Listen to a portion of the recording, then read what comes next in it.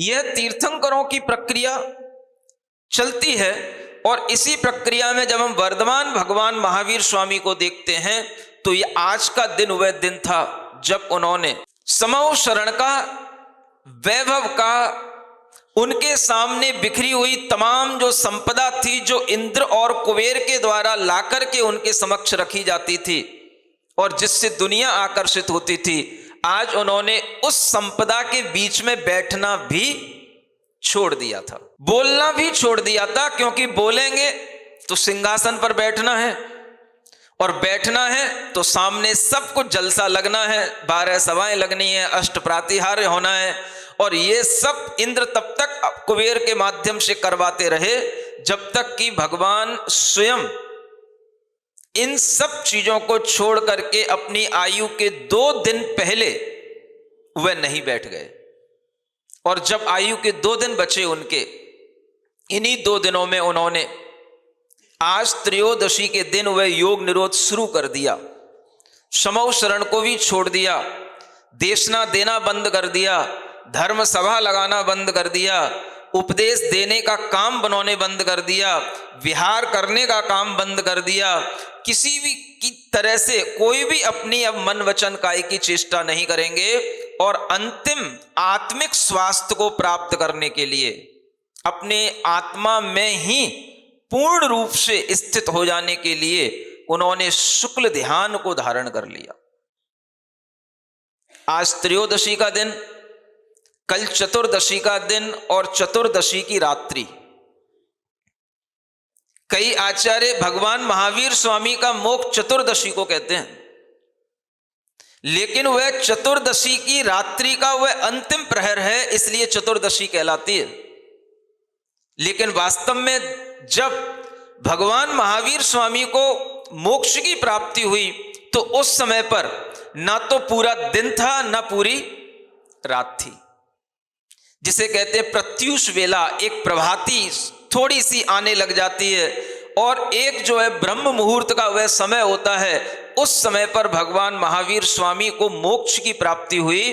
केवल ज्ञान होने के उपरांत भी उन्होंने शुक्ल ध्यान करने के लिए इस तरह का जब योग निरोध का यह कार्य किया और यह कार्य 2 दिन में उनका पूर्ण हो गया, तब उस समय पर जब आप सो रहे होते हो, जग भी नहीं पाते हो, भगवान महावीर स्वामी को मोक्ष की प्राप्ति हो जाती है।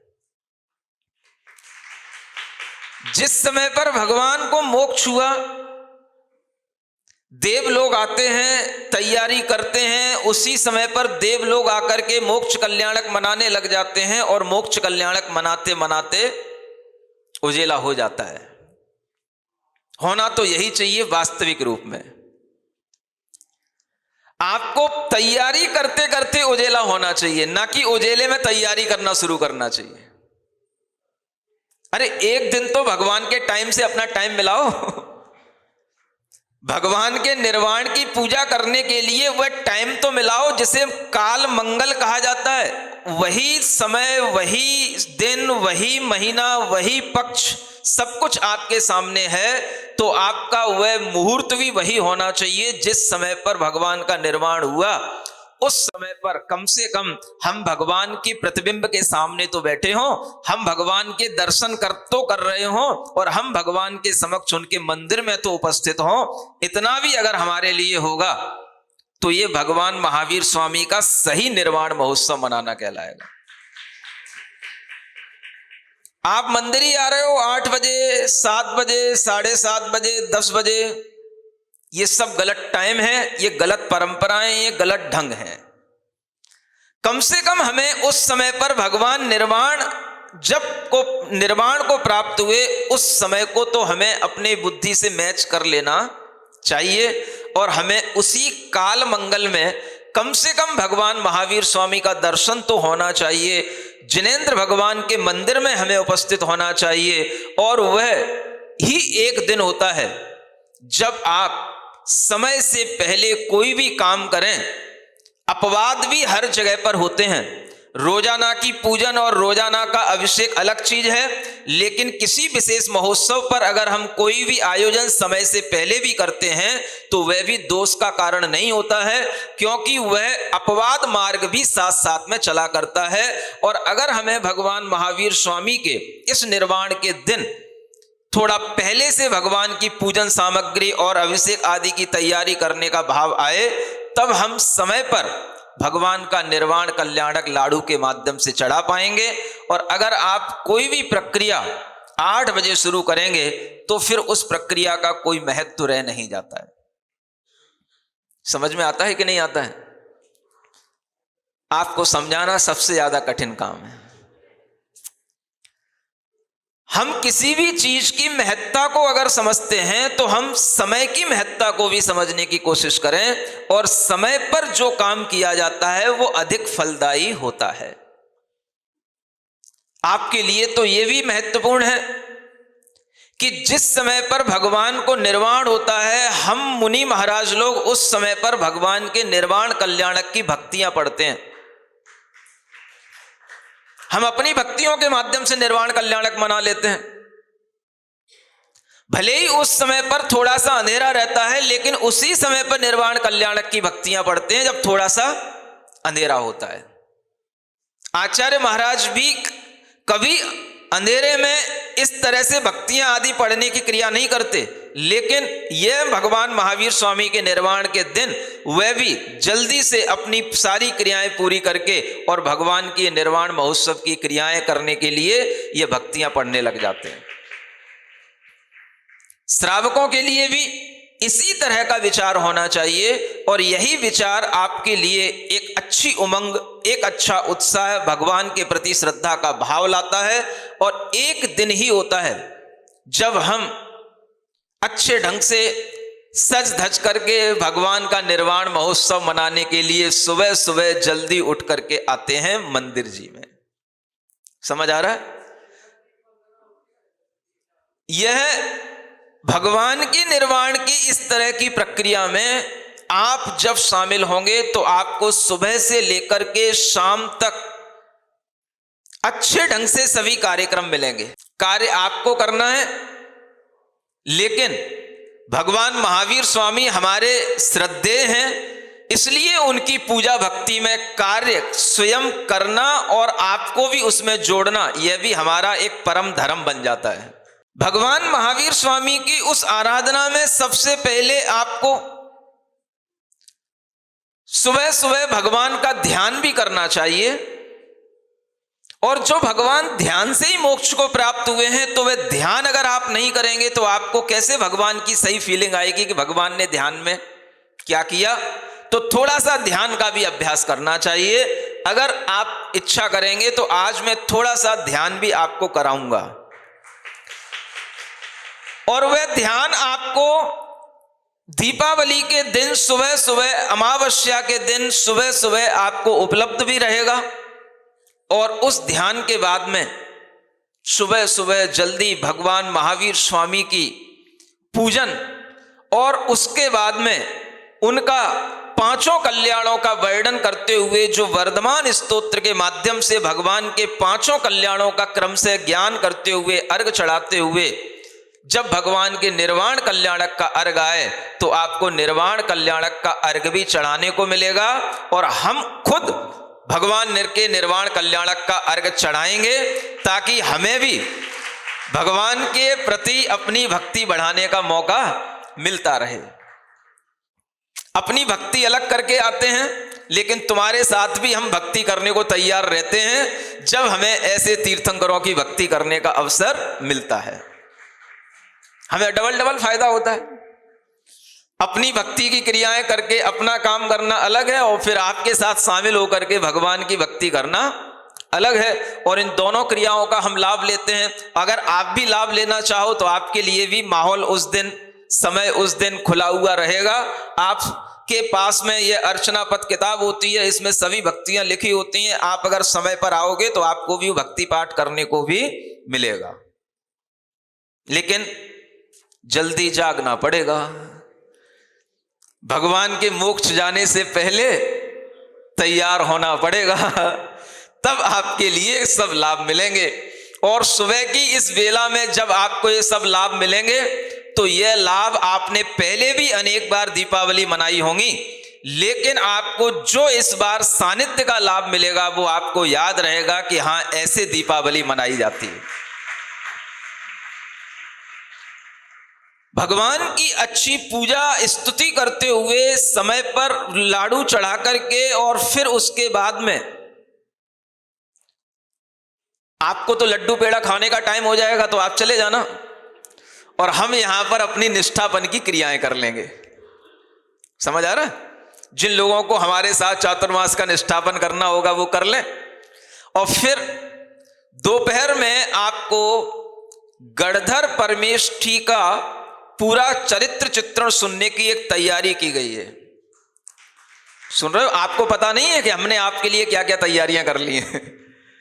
गणधर परमेष्ठी की एक कथा होगी और उस कथा के उपरांत 64 रिद्धियों के आपके लिए दीप जला करके आपको वह मंत्र के साथ में आपकी दीपावली की शुरुआत दोपहर में 3 बजे यहां पर करने की शुरुआत करेंगे, और फिर उन्हीं दीपों को ले जा करके आप अपने मंदिर से उन घरों में ले जाएंगे जहां पर वह दीप आपके लिए मंगलकारी अपने आप सिद्ध हो जाएंगे।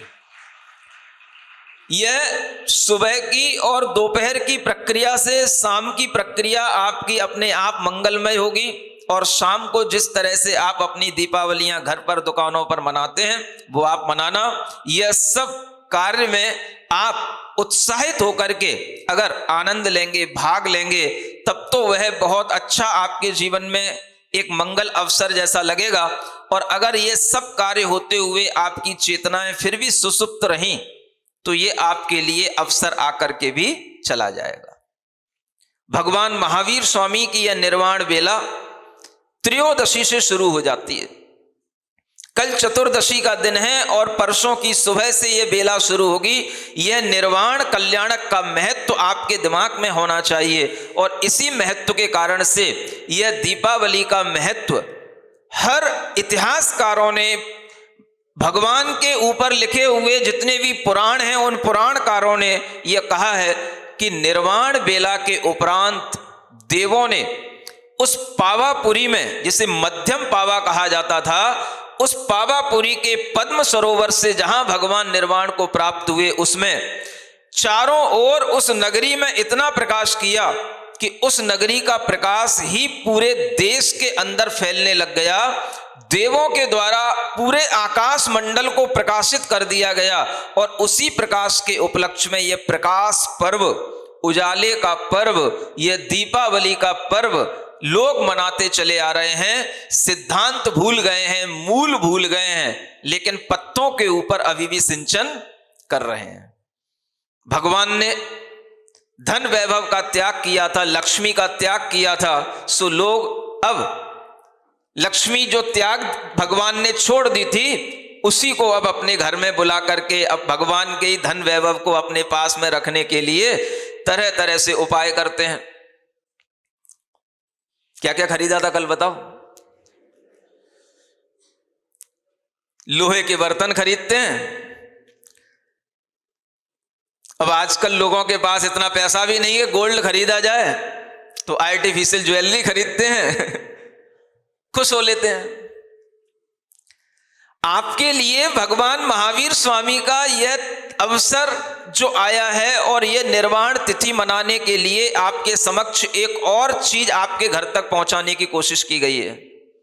पिछले वर्षों में भी होता आया है और इस वर्ष भी जो भगवान वर्धमान स्वामी का पूरा स्तोत्र है, वह स्तोत्र जो ताम्रपत्र पर लिखा हुआ है, वह स्तोत्र आपके घरों में दीपावली की एक सबसे अच्छी प्रेजेंट होनी चाहिए, गिफ्ट होनी चाहिए, जो आपके घरों में रखी रहे, और उसी के माध्यम से भगवान की पूजा करते हुए आपको इस वर्ष की दीपावली मनानी चाहिए। वो स्तोत्र अभी एक साथ भले ही बहुत सारे न बन पाए हों, सबके घर में न पहुंच पाए हों, लेकिन हम आपसे कह सकते हैं जब तक हम यहां हैं आपकी दीपावली मनती रहेगी और जब तक हम यहाँ हैं तब तक भी आप अपने अपने घरों में वह स्तोत्र एक बार रख लोगे तो हर साल आपको वह दीपावली पर काम आते रहेंगे।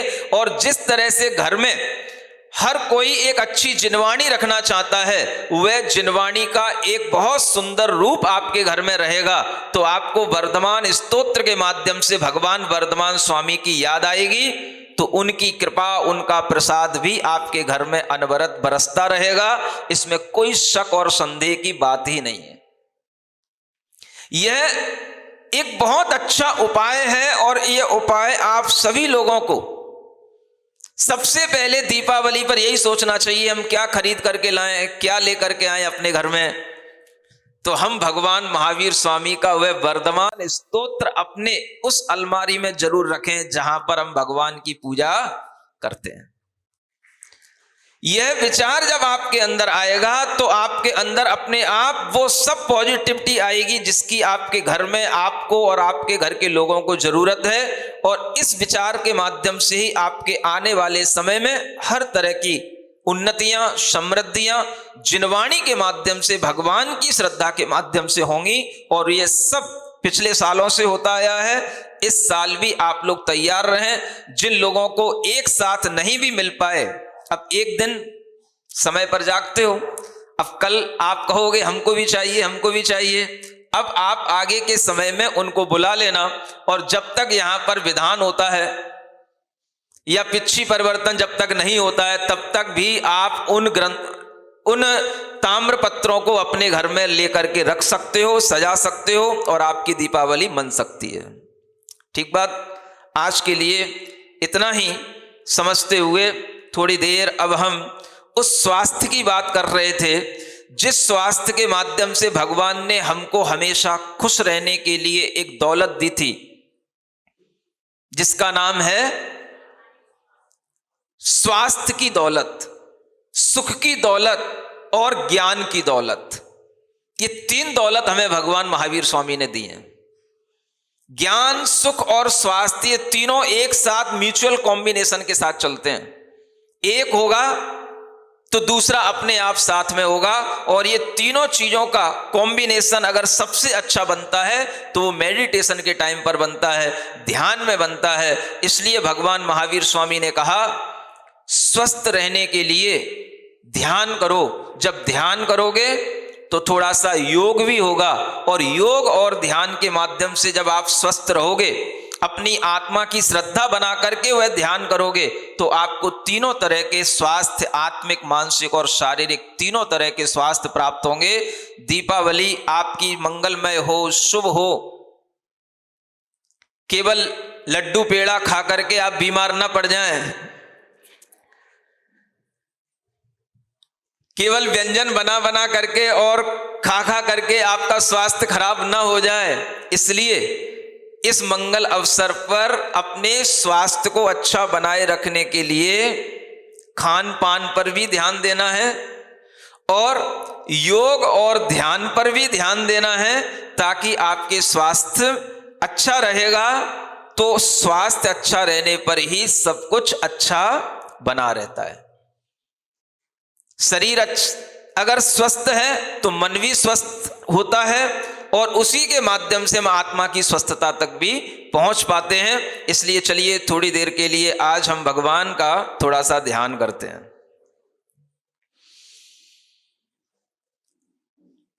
अपने दोनों हाथों को पहले सिद्ध मुद्रा में बनाएंगे।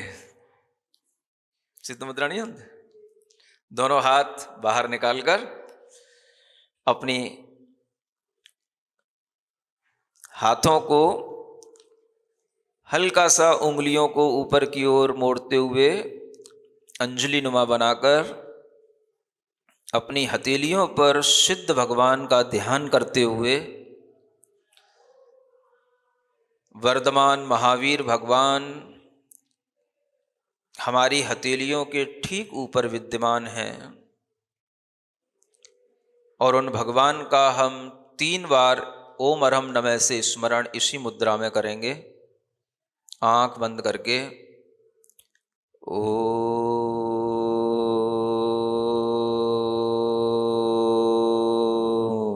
अरहम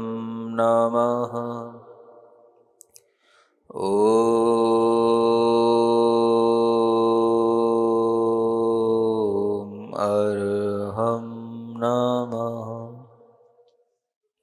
ॐ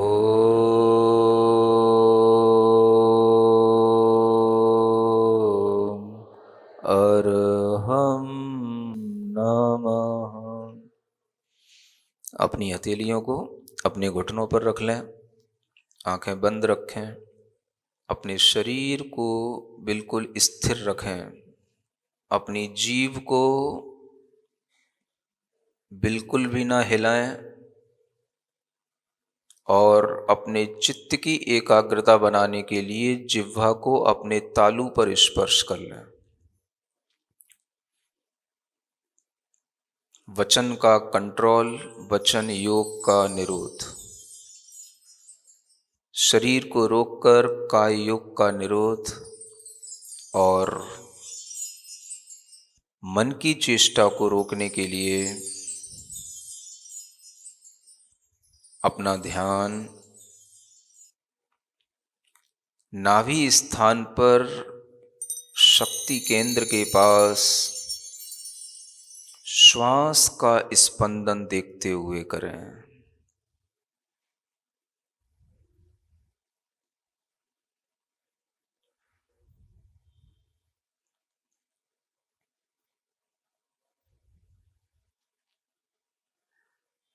नाभि स्थान पर शक्ति केंद्र पर श्वास का स्पंदन महसूस करें।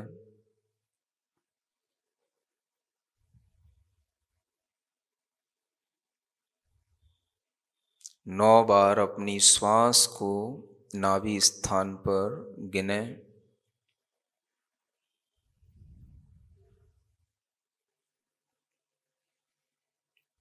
अपना ध्यान पावापुरी में ले जाएं, एक विशाल तालाब में जिसमें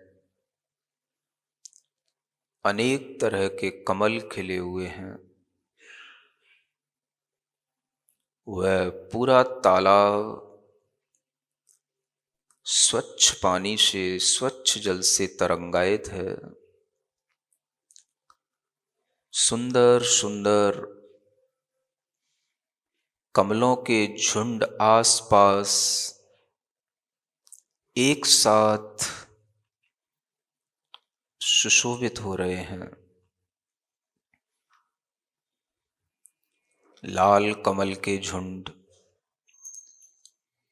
श्वेत कमल के झुंड, नील कमल के झुंड,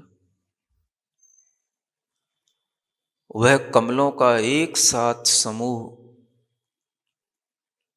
उस तालाब की सुंदरता को जगह जगह और अधिक रम्य बना रहा है।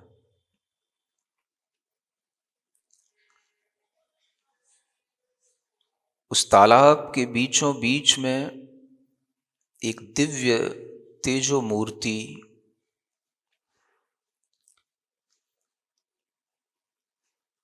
काया सौंदर्य के साथ, अपने दिव्य प्रकाशमान तेज के साथ कायोत्सर्ग अवस्था में, खड़ी अवस्था में स्थित है।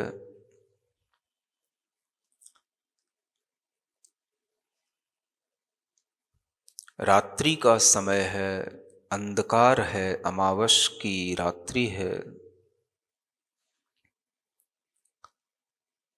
भगवान के दिव्य स्वर्णमयी सुनहरे प्रकाश से वह पानी चारों ओर चमक रहा है।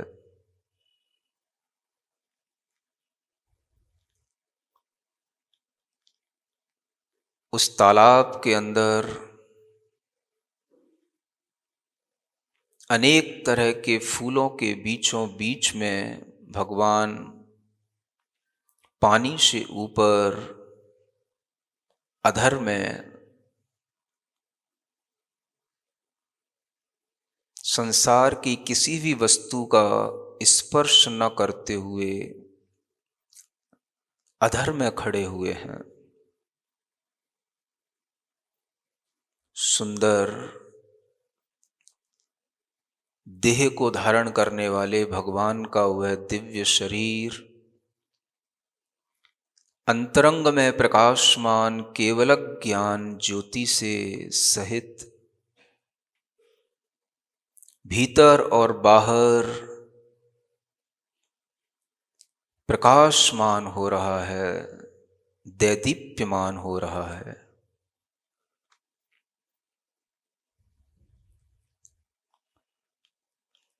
चारों ओर परम शांति का वातावरण है।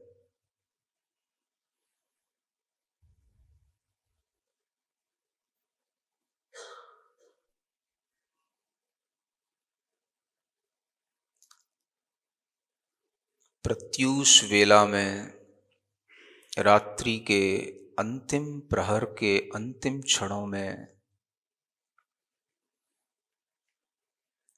भगवान अपनी आयु को पूर्ण करके उस शरीर को छोड़कर उनकी आत्मा ऊर्ध्व गति से गमन करती हुई लोक के अग्रभाग पर विद्यमान हो जाती है।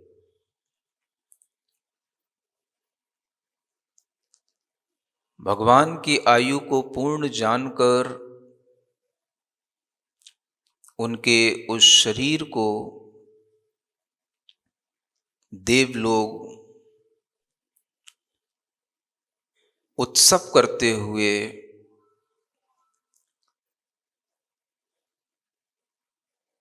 अनेक प्रकार के अपनी मुकुटों की अग्नि से उसे प्रज्वलित करते हुए उस देह का अंतिम संस्कार करते हैं। और भगवान को इस संसार से मुक्ति मिली, उनका निर्वाण हुआ, इस खुशी में आकाश में दूर दूर तक जहाँ जहाँ पर भी देवों के विमान हैं, पूरा आकाश नभमंडल देवों की विमानों से छाया हुआ है। आकाश में, धरती पर चारों ओर भगवान के उस निर्वाण कल्याणक के उपलक्ष्य में दीप जलाए गए। प्रकाश ही प्रकाश चारों ओर दिखाई दिया। भगवान का वह कैवल्य ज्ञान का सूर्य उनके जाने के बाद भी अस्त नहीं हुआ, इस बात की सूचना देने के लिए देवों ने, मनुष्यों ने, विद्याधरों ने सर्वत्र अपने अपने स्थानों पर मंगल द्वीप का प्रज्वलन करके सर्वत्र उजाला, सर्वत्र प्रकाश करके दुनिया को यह संदेश दिया, ज्ञान का प्रकाश जो प्रभु ने हमें दिया है वह अभी भी है, आगे भी रहेगा। ऐसे प्रभु को हम आज भी अपनी श्रद्धा से, आस्था से अपने अंतरंग में देखते हैं। उनके चरणों में आज भी हम अपना ध्यान पूर्वक नमोस्तु निवेदित करते हैं। उन वर्धमान भगवान का स्मरण मात्र ही हमारे जन्म जन्मांतर के पापों का, कर्मों का क्षय करने का निमित्त है।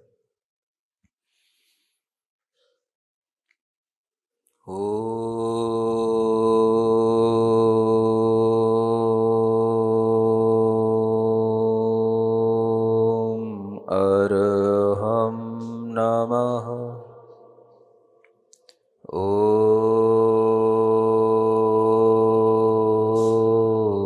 अर्हं नमः।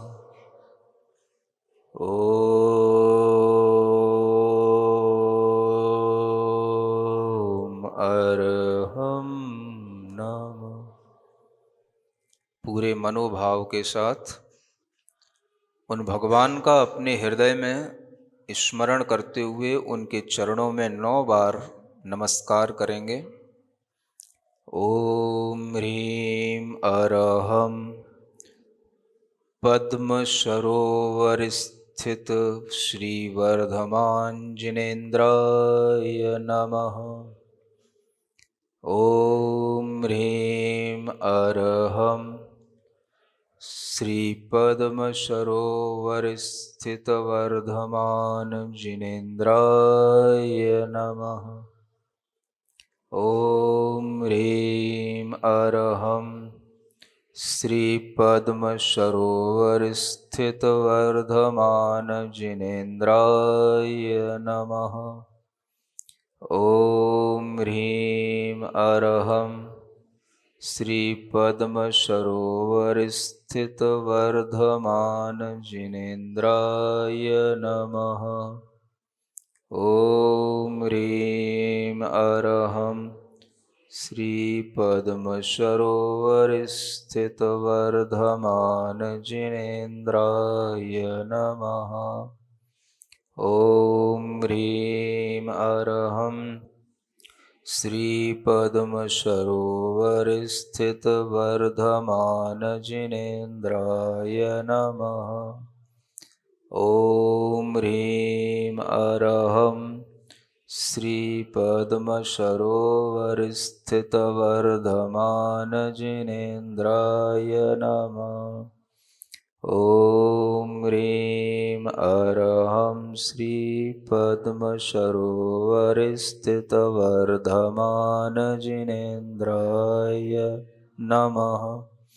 ओम ह्रीं अरहं श्री पद्म सरोवर स्थित वर्धमान जिनेन्द्राय नमः। अपनी हथेलियों को घिसें, आँखों पर रखें, माथे पर रखें, मुख पर रखें। पूरे शरीर पर अपने हथेलियों का स्पर्श करते हुए अपनी आत्मा को ज्ञान प्रकाश से प्रकाशमान महसूस करते हुए ओम अरहं परम शांति, ओम अरहं परम शांति, ओम अरहं परम शांति। बोलिए महावीर भगवान की। श्रीजिणवाणी जग कल्याणी जग जन मदतम मोहरी, जनमण हारी गढ़हर हारी, जम जरा भव रोग हरी। तिथियराणम दिव्य झुणिम जो पढ़ई सुनई मय्ये धारई, राणम सौख मणंतम धरिय सासद मोक्ष पदम पावई, सासद मोक्ष पदम पावई।